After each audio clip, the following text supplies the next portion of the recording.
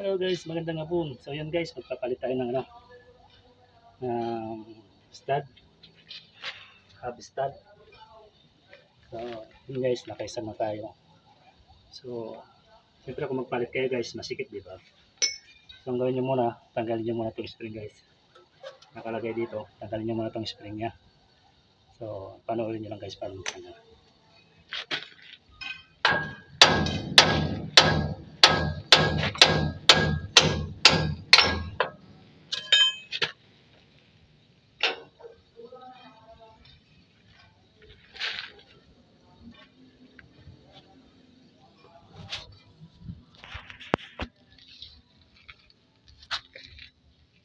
So ayan guys, tumatama.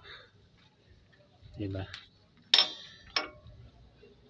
So ayan, tumatama na dito sa kanyang scam. So ayan, kahit ibaba natin. So hindi matanggal. Ayan. Ayan na matanggal. Ayan guys. Oh. Diba?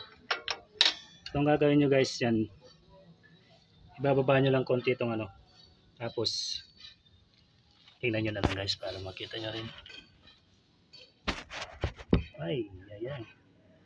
So ayan guys, hindi matanggal diba? So kuha kayo ng screw.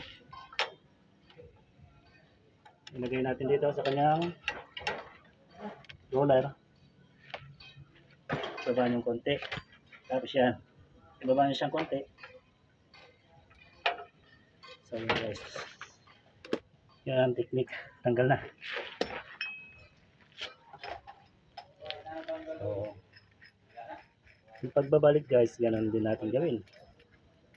Siyempre hindi na natin na yan ipapasok ko mahaba kasi mahaba itong stud ng huwo. Okay guys, so ang gagawin natin ulit guys,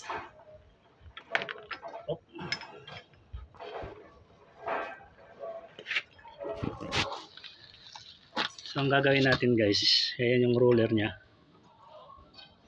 yun, ito yung roller, yan. Iano nyo lang dito, yan, kakalsin nyo doon, yan para bumaba siya. Pwede din naman dito yan, kita para makita, pero doon walang tatamaan pala, dito na. So yan guys,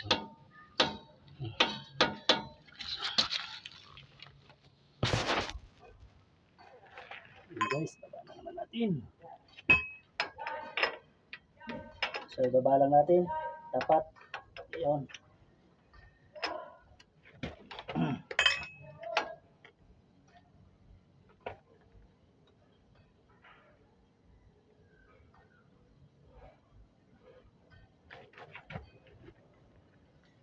So yun guys, tapos pupukun nyo na dito.